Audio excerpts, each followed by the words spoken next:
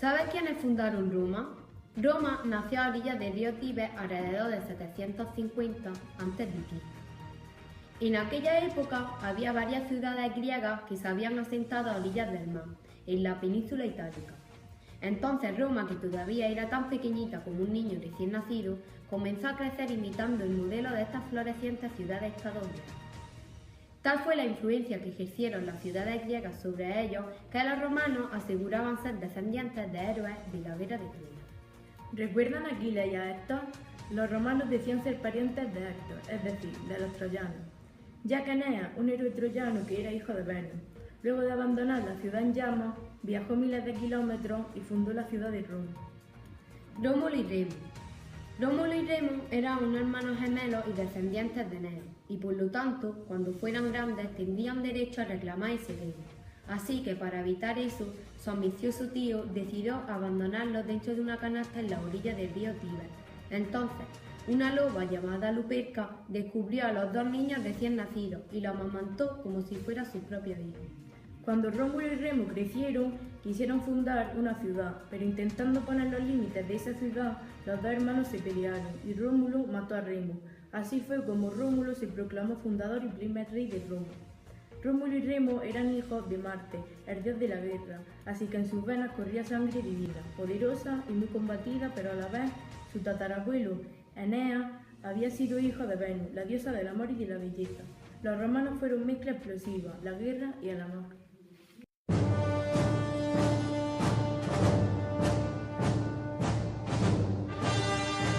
La muerte de Julio César. La muerte de Julio César, uno de los más conocidos emperadores romanos, sigue siendo uno de los asuntos más controvertidos de la antigua historia romana. Todos conocemos la versión literaturizada de Shakespeare en su magnífica Julio César, elevando a categoría de mito clásico tanto al personaje como a las circunstancias que rodearon su muerte. Pero, ¿corresponde la realidad con la versión del bardo inglés? Definitivamente no. Pese a los demostrados conocimientos que de la historia de Roma tenía Shakespeare, la literatura por definición distorsiona la realidad. En la muerte de Julio César encontramos a un grupo de senadores conspiradores incitados por Casio, y entre los que se encuentra Bruto, hijo natural de Julio César, que buscan acabar con aquel que personaliza en sí mismo el final de la República. Su motivación es acabar con Julio César para defender algo que está muy por encima de todos ellos, la República. Sin embargo, su acción consigue el efecto contrario y la República acaba definitivamente cayendo, tras un siglo tambaleándose para dar paso al imperio. En realidad, el grupo de senadores que conspiró para asesinar a Julio César tan solo quería salvaguardar su estatus y no perder los privilegios que la República les otorgaba.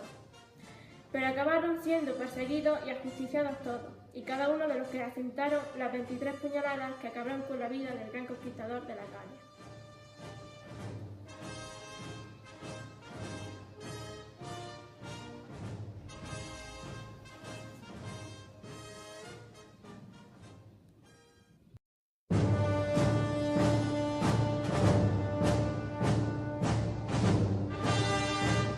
Calígula.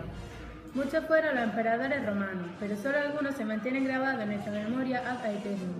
Aquel cuyo nombre no podemos recordar sin un escalofrío de terror es, sin duda, Calígula. Fue un personaje singular desde pequeño, cuando recibió el mote de Calígula, que en latín significa potita, por la costumbre de su padre, el gran general germánico, de llevarlo en sus expediciones militares vestidos de soldado con las cáligas propias de los legionarios. La temprana muerte de su padre lo llevó a quedar al cargo del emperador Tiberio, que nombró a Calígula y al gemelo heredero al trono. Tras el fallecimiento de este, Calígula asume el poder para el regocijo de todos los romanos, que lo veneran por ser hijo de Germánico y depositan en él su esperanza de dar fin a la tiranía impuesta por Tiberio. De hecho, los primeros meses de su reinado se recuerdan como una de las épocas más felices y prósperas del imperio. El nuevo y joven emperador repartió riquezas entre el pueblo, los soldados, la guardia pretoriana, e hizo gala de su generosidad para con todos. Sin embargo, todo cambió tras la enfermedad que sufrió al poco de haber asumido el poder, una enfermedad desconocida, de la que se recuperó totalmente, pero que marcó definitivamente un cambio radical en su personalidad y carácter. Lo llevó a una espiral de violencia, excesos, perversiones y locura tales que hoy en día sigue siendo recordado como uno de los peores y más sádicos gobernantes de todos los tiempos.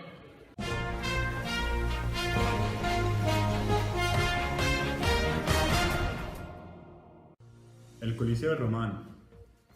Juegos de gladiadores, batallas navales, luchas con animales. El anfiteatro Fabrio, más conocido como Coliseo, forma parte fundamental del entretenimiento de la antigua Roma. La famosa frase latina, panem et circense, pan y circo, resume todo lo que los gobernantes de la ciudad necesitaban para manejar a la plebe y mantenerla entretenida. Hasta 50.000 espectadores pueden disfrutar de los sangrientos juegos con los que los emperadores engatusan al pueblo. La construcción del Coliseo empezó bajo el emperador Vespasiano en el año 71 d.C. y la inauguración se produjo en el año 80, en el que ya reinaba Tito, su hijo. Finalmente, el emperador Domiciano terminó la obra en el año 82, añadiendo un piso más. Cuanto más cerca de la arena, mayor era la clase social a la que pertenecía. Tras las famosas ejecuciones de cristianos, desde el siglo VI, los juegos de gladiadores cayeron en desuso. Después del edificio sufrirá 4 terremotos, y ya entrada la Edad Media se convirtió en la cantera de Roma. El historiador Beda Venerable ya predijo en el siglo VIII: mientras siga en pie el Coliseo, seguirá en pie Roma. Si cae el Coliseo, caerá Roma. Cuando caiga Roma, caerá el mundo. Una jornada en el Coliseo. El día de los Juegos, desde primera hora de la mañana, el Coliseo se llenaba con alrededor de 50.000 espectadores, que llegaban nerviosos y excitados por sus apuestas. El programa empezaba con un espectáculo matutino, protagonizado por animales salvajes. Comenzaba con una exhibición de animales exóticos, que casi siempre eran desconocidos para el público romano. Se trajeron desde África hipopótamos, cocodrilos, rinocerontes, animales no conocidos por el público. Julio César montó la primera jirafa en la arena. Algunos animales estaban amaestrados y podían representar complejas coreografías. Los combates entre series se realizaban en series consecutivas. Se podía lanzar a la arena simultáneamente a un elefante y un toro, o un tigre y un león, o grupos de animales de una misma especie. Los lanzamientos mixtos de muchas fieras concluían, por lo general, con la caza protagonizada por una multitud de cazadores. Debido a la extinción de algunas especies de carnívoros en el norte de África por las terribles masacres del anfiteatro, se puso de moda las exhibiciones de agilidad de los cazadores, que se lucían haciendo piruetas y acrobacias ante las bestias. El plato fuerte de los juegos. Los combates entre gladiadores se anunciaban con un toque de trompeta y comenzaban con un desfile por la arena, donde en la cabeza del desfile se situaba el organizador de los juegos. Tras comprobar el estado de las armas, comenzaban las luchas y el público gritaba desde las gradas. Con frecuencia, a los perdedores de los combates que lucharon con valentía y honor, el público le perdonaba la vida. Los muertos eran retirados por la puerta libitinaria y llevados al destritorio, un laboratorio repleto de hierbas de todo tipo, hojas cubiertas por signos y desechos humanos arrancados. Los animales muertos se despedazaban y se vendían. Falsos mitos. No suele ser una buena idea creerse lo que aparece en las películas o en las series de televisión. Y en torno a las luchas de gladiadores son muchos los mitos existentes. Por ejemplo, el gesto del pulgar hacia abajo, que determina la muerte, o la fórmula con la que los prisioneros condenados a luchar saludan al emperador Claudio. Ave César, los que van a morir te saludo. No hay constancia de que dijeran nada cuando se dirigían al palco de autoridades antes del combate. La confusión viene porque en una ocasión, en tiempos de Claudio, los participantes en una naumaquia se dirigen al contrahecho emperador diciendo: Ave emperador, los que van a morir te saludo. Solo ocurrió una vez, pero la frase quedó decir.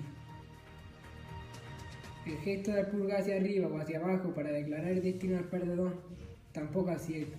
El público pedía el indulto gritando inicio y agitando un extremo del pañuelo, mientras que para solicitar la ejecución gritaban yúgula y haciendo con el pulgar el mismo gesto de degollar que hace ahora.